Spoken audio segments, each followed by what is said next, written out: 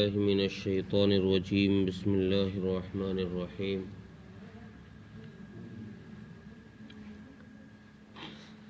واعبدوا الله ولا تشركوا به شيئا وبالوالدين إحسانا وبذي القربى واليتامى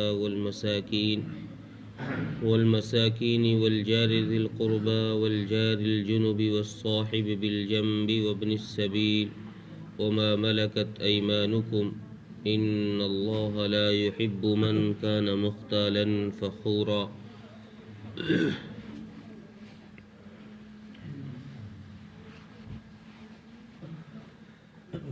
اس صورت میں حقوق العباد کا ذکر اللہ تبارک و تعالیٰ نے خاص طور سے کیا ہے، اور اس حقوق العباد ہی کی وجہ سے اللہ تبارک و تعالیٰ نے اس صورت کے شروع میں ایک اجمالی ذکر فرمایا تھا عام انسانوں کا، اور اس کے بعد پھر اللہ تبارک و تعالیٰ نے عورتوں کا، یتیموں کا ذکر فرمایا، اور ان کی عورتوں کی میراث کا تذکرہ کیا گیا۔ اب آگے اس صورت کے اندر اللہ تبارک و تعالی عام انسانوں کا، رشتہ داروں کا، والدین کا، پڑوسیوں کا، مسافروں کا، ان سب کا تذکرہ کر رہے ہیں، اور اس کے لیے اللہ تبارک و تعالی نے جو چیز بیان فرمائی ہے وہ یہ ہے کہ ان حقوق کو ادا وہی شخص کر سکتا ہے جو شخص اللہ کے ساتھ کسی کو شریک نہ کرتا ہو اور اتراتا نہ ہو اور تکبر نہ کرتا ہو۔ وہ شخص ایسا ہے جو ان باتوں پر عمل کر سکتا ہے، والدین کے ساتھ اچھا سلوک کر سکتا ہے۔ یہاں سے وہی تفصیل ذکر ہو رہی ہے، شروع ہوئی ہے، اور اس میں سب سے پہلی بات اللہ تبارک و تعالیٰ نے یہی فرمائی ہے وَاعْبُدُوا اللَّهَ وَلَا تُشْرِكُوا بِهِ شَيْئًا۔ اللہ کی عبادت اس انداز سے کرو کہ اس کے ساتھ کوئی شریک نہ ہو، اس کی نہ ذات میں، اس کی نہ صفات میں، کسی معاملے میں کوئی اس کے ساتھ شریک نہ ہو، کسی بھی اعتبار سے، نہ قولی اعتبار سے شریک ہو، نہ فعلی اعتبار سے شریک ہو۔ یعنی ہمارے نہ تو زبان سے کوئی ایسا لفظ نکلے جس سے اللہ کی ذات کی شرکت قرار پا رہی ہو یا اللہ کی ذات کی شرکت کا شبہ ہو رہا ہو، اور نہ ہی ہمارے کسی عمل سے ایسی کوئی بات نکلے جس سے اللہ تبارک و تعالیٰ کی ذات میں شرکت کا شبہ ہو رہا ہو۔ تو سب سے پہلی چیز، اور اللہ کی ذات کے شرکت کے بغیر اللہ کی عبادت کرنا، اس کو ایک ماننا، یہ عبودیت جو ہے، عبدیت اصل نام ہے غلامی کا، عبدیت نام ہے اصل غلامی کا۔ جو بندہ بھی عبادت کرنا چاہتا ہے، اپنے مالک کی عبادت کرنا چاہتا ہے، تو اسے سب سے پہلے اپنے آپ کو غلام سمجھنا پڑے گا، آزاد نہیں سمجھنا پڑے گا۔ غلام جو ہوتا ہے نا، غلام اپنے مالک کی اطاعت میں ہی چلتا ہے۔ اسے مالک کہے کھڑا رہے، وہ کھڑا رہے گا، مالک کہے لیٹ جا، لیٹا رہے گا، مالک کے ادھر آؤ، ادھر آئے گا، مالک کے وہاں جاؤ، وہاں جائے گا۔ جو اب تو اس دور میں چونکہ ایسا معاملہ نہیں ہے، اس دور میں تو کوئی ایسے لوگ نہیں ہیں، اور شریعت نے بھی آ کر اس چیز کو ختم کر دیا کہ کوئی مالک نہیں ہے اور کوئی غلام نہیں ہے۔ لیکن اس دور میں اس کی جگہ نوکروں نے لے رکھی، جو جس کے تحت میں کام کر رہا ہے، جو جس کا باس ہے اس باس کے سامنے سلوٹ مارتا ہے بندہ. اب وہ چاہے 2000 دے 10,000 دے، اس کے سامنے جی ہاں کرنی پڑتی ہے. جی ہاں، جی حضور، جی حضور. جہاں اس نے جی حضور کرنا بند کیا وہیں وہ ختم اس کا معاملہ. تو اللہ تبارک و تعالیٰ نے یہ سکھایا کہ میری عبادت اگر کرنی ہے تو پہلے میری تابع داری میں آنا پڑے گا. میرے حکموں پر جیسے میں کہوں، جیسے میں تم سے کرنے کو کہوں وہ کام کرنے، اور جن سے میں روکوں ان سے رکنا. اس کے لیے پہلے میری غلامی اختیار کرنی پڑے گی، میرا غلام تمہیں بننا پڑے گا.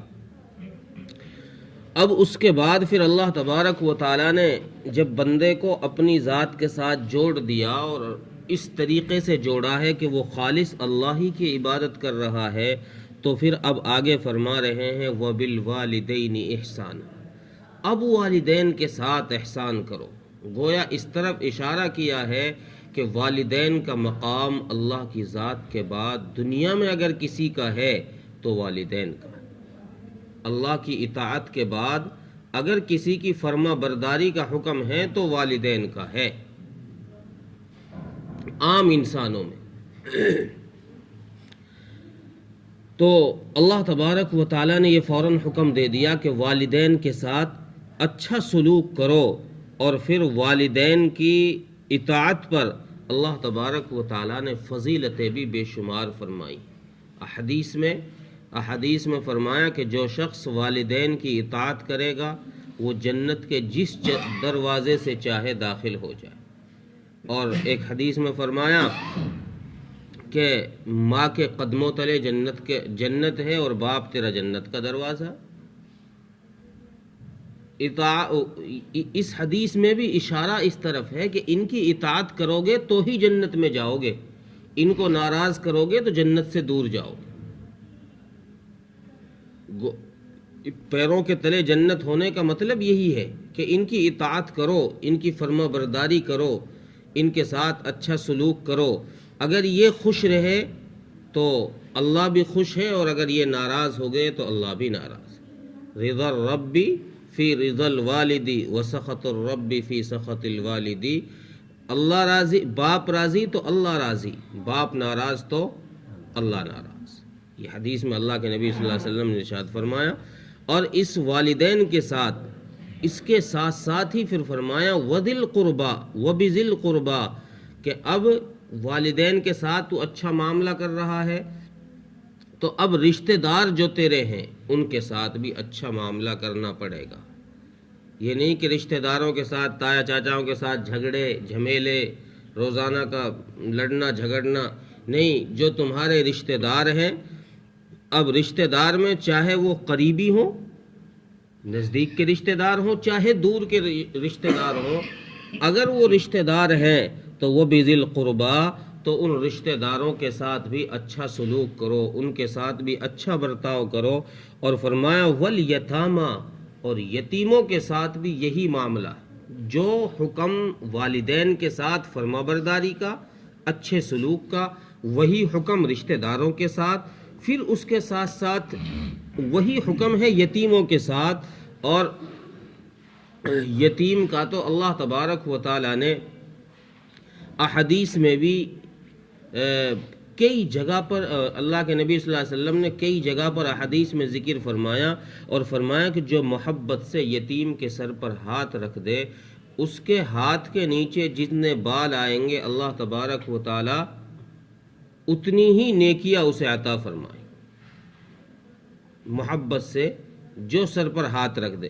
اور فرمایا کہ جو شخص دنیا میں خوش دلی کے ساتھ کسی یتیم کی پرورش کرتا ہو، کسی یتیم کا سرپرست بن گیا ہو کہ بھائی چلیے یتیم بچہ ہے، میں اس کی کفالت کرتا ہوں، اس کا کھانے کا خیال رکھوں گا، اس کا پڑھائی کا، اس کا پہننے کا، اس کی ہر چیز کا میں خیال رکھوں گا.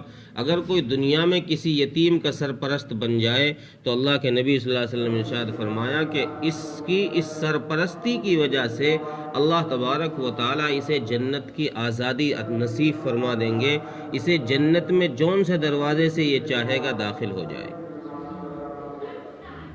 اور فرمایا والمساکین، اور فقیروں کے ساتھ بھی یہی حکم ہے، فقیروں کے ساتھ بھی اچھا سلوک کرنے کا حکم ہے۔ اور فرمایا اس کے بعد والجار ذی القربا، اور قریبی پڑوسیوں کے ساتھ بھی۔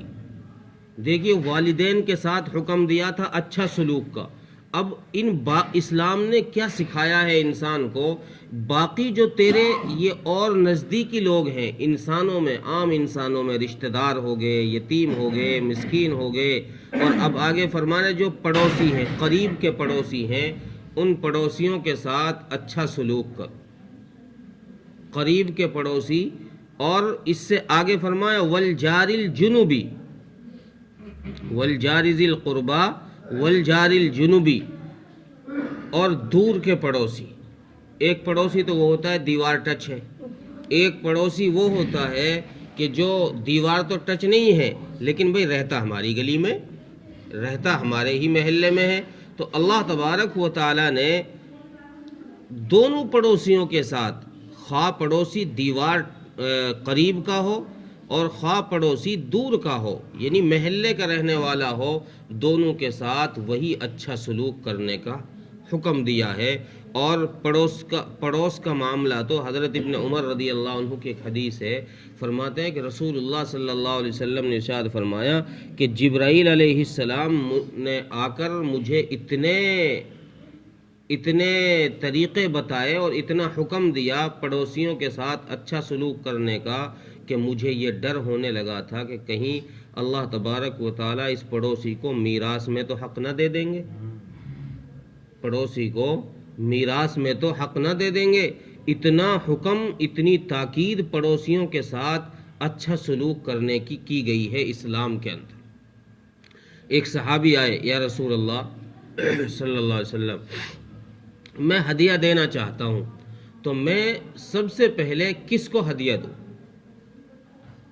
سب سے پہلے کس کو ہدیہ دوں؟ فرمایا کہ سب سے پہلے تو اپنے اس پڑوسی کو دے جس پڑوسی کا دروازہ تیرے دروازے کے قریب ہو، جس کا گھر تیرے گھر کے قریب ہے، جس کا دروازہ تیرے دروازے کے قریب ہے، سب سے پہلے اس کو ہدیہ دے اور اس کو جا کر پیش کر دے۔ اس کے بعد جو اس سے دور کا ہو، اس کے بعد جو اس سے دور کا ہو۔ اب تو ہدیہ دینے کا معاملہ بھی یہ ہے، اگر کہیں مٹھائی تقسیم کرنی ہو نا تو پڑوس کا خیال نہیں ہوتا، اب خیال ہوتا ہے جانکاری کا کہ یار ہاں اس سے تعلقات ہے۔ بعض دفعہ ایسا ہوتا ہے کہ پڑوسی سے بجی ہوئی ہوتی ہے، اس کا گھر یوں ہی چھوڑ دیتے ہیں، باقی جگہوں میں مٹھائیاں تقسیم ہوتی رہتی ہیں۔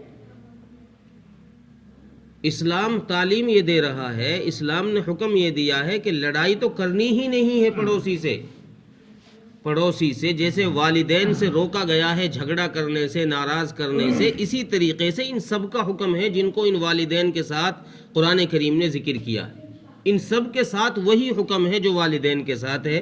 اس لیے ان کو اس جگہ پر اکٹھا ذکر فرمایا کہ انہی میں سے یہ دو فرمائے کہ چاہے پڑوسی قریب کا ہو چاہے پڑوسی دور کا ہو، ان سب کے ساتھ اچھا سلوک کرو۔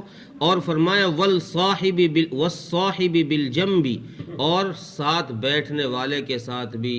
یہاں مفسرین نے لکھا ہے کہ ساتھ بیٹھنے والے سے مراد، یا تو یہاں بعض مفسرین نے فرمایا کہ یہاں ساتھ بیٹھنے والے سے مراد ہے سفر کرنے والے لوگ، بعض دفعہ سفر میں چلتے ہیں، ٹرین میں، بس میں، تو جو کوئی ساتھ بیٹھا ہوتا ہے وہ مراد ہے۔ بعض نے فرمایا کہ نہیں، ساتھ بیٹھنے والے سے مراد ہے یہاں بیوی، یہ بعض مفسرین کی رائے ہے۔ تو ان کے ساتھ بھی، خواہ کسی کے ساتھ آپ کا بیٹھنا 10 منٹ کے لیے ہو، ویسے ہی مجلس لگی تھی، مشورہ ہو رہا تھا، کوئی آ کے بیٹھ گیا، تو اس کے ساتھ بھی اچھا سلوک کا اسلام حکم دے رہا ہے۔ یا کوئی لمبی مسافت ہو، دیر تک کوئی ساتھ بیٹھا ہو، بھائی کہیں سفر پہ نکل پڑے، اب کئی دن کا سفر ہے اور پڑوسی میں ساتھ کوئی بیٹھا ہوا ہے، تو اب اس کے ساتھ بھی اسلام نے حکم یہ دیا ہے کہ والصاحب بالجنب، اس پاس بیٹھنے والے کے ساتھ بھی اچھا سلوک کرو، اس کے ساتھ بھی اچھا برتاؤ کرو۔ اور فرمایا وابن السبیل، اور مسافروں کے ساتھ بھی، کوئی مسافر ہے تو اس کے ساتھ بھی بدتمیزی نہیں، اس کے ساتھ بھی اچھا سلوک کرو، اس کو بھی پیار سے بولو اور پیار سے بات کرو، کوئی کام ہو تو اس سے پیار سے کہو۔ وما ملکت ایمانکم، اور ان لوگوں کے ساتھ بھی اچھا سلوک کرو جو تمہارے ماتحت ہیں، یعنی جو تمہاری غلام اور باندیاں ہیں۔ اس دور میں غلام اور باندی کی جگہ نوکروں نے لے لی ہے، تو مفسرین نے لکھا ہے کہ اب یہاں نوکروں کے جو حکم غلاموں اور باندیوں کے لیے تھا اب وہ نوکروں کے لیے ہے۔ گویا اللہ فرما رہے ہیں کہ اپنے ماتحتوں کے ساتھ، جو تمہارے ملازمین ہیں، تمہارے نیچے کام کرنے والے لوگ ہیں، ان کے ساتھ بھی اچھا معاملہ کرو، ان کو کوڑے لے کر نہ مارو، ان کو گالیاں نہ دو، ان کے ساتھ بدتمیزی نہ کرو، ان کے ساتھ اچھا سلوک کرو۔ اور پھر آخر میں اللہ تبارک و تعالیٰ فرما رہے ہیں کہ ان اللہ لا يحب من کان مختالا فخورا، کہ اللہ تبارک و تعالیٰ پسند نہیں فرماتے، اللہ پسند نہیں فرماتے کس کو؟ مختال، اترانے والے کو۔ جو مختال کہتے ہیں اس شخص کو جو کسی سے بات ہی نہ کرتا ہو، اپنی ٹسل میں ہی گھوم رہا ہے، اپنی ٹسل میں ہی گھوم رہا ہے۔ اللہ نے کچھ دے دیا، تھوڑا بہت اسے مل گیا، اب وہ یار دوستوں سے اس نے تعلقات ہی چھوڑ دی، اب تو وہ اور ہی جگہ جا رہا ہے۔ اب لوگ اس کی طرف دیکھ رہے ہیں، یار یہ تھوڑی دیر بیٹھ جائے بات کرے، پڑوسی تھا ہمارا، رشتہ دار تھا ہمارا، چلو یار تھوڑی دیر بیٹھ جائے بات کرے، لیکن وہ اپنے منہ اوپر کو اٹھائے اور گھوم رہا ہے، اس کو کہتے ہیں مختال۔ اور فخور کہتے ہیں اکڑنے والے کو، جو دوسرے کو گھٹیا سمجھے، ارے یہ کیا، یہ عبداللہ تو یہ بھی کوئی ہے، یہ تو ابھی میرے سامنے مجھ سے پیسے مانگا کرتا تھا، اب یہ 2 دن کا وہ بڑھنے لگ گیا، 2 دن سے اس کے پاس کچھ آ گیا، اب یہ بڑا آدمی بن رہا ہے، ارے چل کون ہے یہ، تو ایسے ہی مانگنے والا۔ تو مختال، فخور کہتے ہیں اس کو جو دوسرے کو، سامنے والے کو گھٹیا سمجھے۔ اللہ تبارک و تعالیٰ کو یہ دونوں شخص جس میں یہ 2 وصف ہوں، ان دونوں وصفوں والا آدمی پسند نہیں ہے، یا ان میں سے کوئی ایک بھی ہو وہ اللہ تبارک و تعالیٰ کو پسند نہیں ہے۔ ترجمہ دیکھیں، وَاعْبُدُوا اللَّهَ وَلَا تُشْرِكُوا بِهِ شَيْئًا، اور اللہ کی عبادت کرو اس طرح کہ اس کی ذات کے ساتھ کسی کو شریک نہ کرو۔ وَبِالْوَالِدَيْنِ إِحْسَانًا، اور والدین کے ساتھ اچھا سلوک کرو۔ وَبِذِي الْقُرْبَى، اور رشتہ داروں کے ساتھ۔ وَالْيَتَامَى، اور یتیموں کے ساتھ۔ وَالْمَسَاكِينَ، اور مسکینوں کے ساتھ۔ وَالْجَارِ ذِي الْقُرْبَى، اور قریبی پڑوسیوں کے ساتھ۔ وَالْجَارِ الْجُنُبِ، اور دور کے پڑوسیوں کے ساتھ۔ وَالصَّاحِبِ بِالْجَنبِ، اور ساتھ بیٹھنے والوں کے ساتھ۔ وابن السبیل، اور مسافروں کے ساتھ۔ وما ملکت ایمانکم، اور ان لوگوں کے ساتھ بھی اچھا معاملہ کرو جو لوگ تمہاری ماتحتی میں ہے۔ ان اللہ لا يحب من کان مختالا فخورا، بے شک اللہ تبارک و تعالی پسند نہیں فرماتے اترانے والے کو اور بڑائی جتلانے والے کو۔